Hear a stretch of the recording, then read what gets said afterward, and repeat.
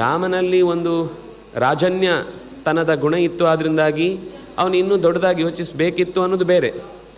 ಆದರೆ ಇದರಿಂದ ಅಷ್ಟು ಹಾಗಿದ್ದರೂ ರಾಜನ್ಯತನಕ್ಕೆ ಧಕ್ಕೆ ಬಾರದಂತೆಯೂ ಮಾಡ್ಬೋದಿತ್ತು. ತನ್ನ ರಾಜನ ಗುಣಕ್ಕೆ ಧಕ್ಕೆ ಬಾರದಂತೆ ಸೀತೆಯನ್ನು ಕರ್ಕೊಂಡು ಬಂದ ಮೇಲೆ ಬೇರೆಯವರಿಗೆ ಯಾರಿಗೆ ಗೊತ್ತಾಗುತ್ತೆ?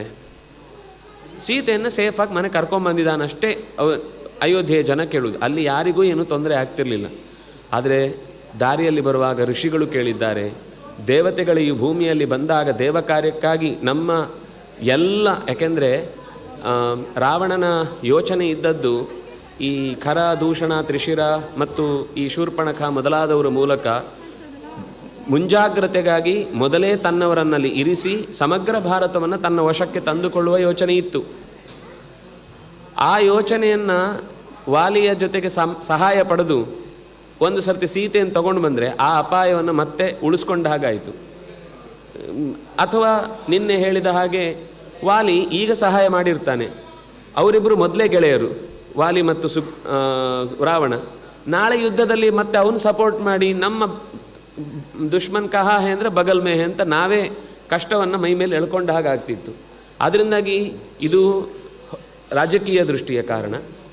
ಹಿಂದೆ ಆ ಕಾರಣ ಕೊಟ್ಟಿದ್ದಾನೆ.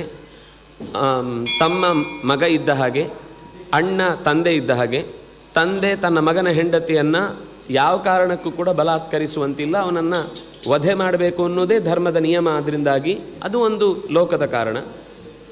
ಇನ್ನು ನಾನು ಮನುಷ್ಯ ಅನ್ನುವ ಸುಪರ್ದಿಗೆ ಬರುವುದಿಲ್ಲ ಅಂತಿದ್ರೆ, ಪ್ರಾಣಿಗಳನ್ನು ಬೇಟೆ ಆಡಬೇಕಾದ್ರೆ ಮರೆಯಲ್ಲಿ ಬೇಟೆ ಆಡಬೇಕು, ಎದುರಲ್ಲಿ ಬೇಟೆ ಆಡಬೇಕು, ಪಕ್ಕದಲ್ಲಿ ಬೇಟೆ ಆಡಬೇಕು ಅಂತ ಕೇಳಿ ಬೇಟೆ ಆಡುವ ಕ್ರಮ ಇಲ್ಲ. ಅದರಿಂದ ಬೇಟೆ ಆಡೋದಷ್ಟೇ. ನೀನು ಧರ್ಮದ ಚೌಕಟ್ಟು ಅಂತ ಮಾತಾಡಿದ್ರೆ ಧರ್ಮವನ್ನು ದಾಟಿದ್ದಿ. ಧರ್ಮದ ಚೌಕಟ್ಟು ನಾವು ಒಳಪಡುವುದೇ ಇಲ್ಲ, ನಾವು ಪ್ರಾಣಿಗಳು ಅಂತಾದರೆ ನಾವು ನಿನಗೆ ನಾನು ನ್ಯಾಯದಲ್ಲಿ ಕೊಂದಿದ್ದೇನೆ, ಅನ್ಯಾಯದಲ್ಲಿ ಕೊಂದಿದ್ದೇನೆ ಅಂತ ಪ್ರಶ್ನೋತ್ತರ ಮಾಡುವ ಅವಕಾಶವೇ ಇಲ್ಲ. ನಿನಗೆ ನಾನು ಉತ್ತರ ಕೊಡಬೇಕಾದ ಅಗತ್ಯವೂ ಇಲ್ಲ. ಆದರೂ ಸಹಜವಾಗಿ ಇನ್ನೂ ಒಂದು ವಾಲಿಗೆ ಹೇಳದೇ ಇದ್ದ ಸಂಗತಿಯ ಕಾರಣವನ್ನು ನಾವು ಇಷ್ಟೊತ್ತು ರಾಜಕೀಯದ ದೃಷ್ಟಿಯಿಂದ ಮಾತಾಡಿದ್ವಿ.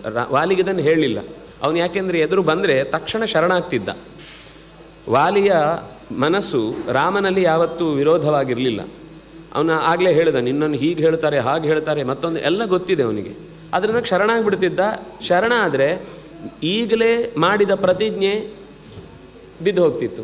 ಯಾಕೆಂದರೆ ಸುಗ್ರೀವನಿಗೆ ಪ್ರತಿಜ್ಞೆ ಮಾಡಿ ಕೊಟ್ಟಿದ್ದ, ನಿನಗೆ ವಾಲಿಯನ್ನು ಕೊಂದು ರಾಜ್ಯವನ್ನು, ನಿನ್ನ ಹೆಂಡತಿಯನ್ನು ಮರಳಿಸ್ತೇನೆ ಅಂತ.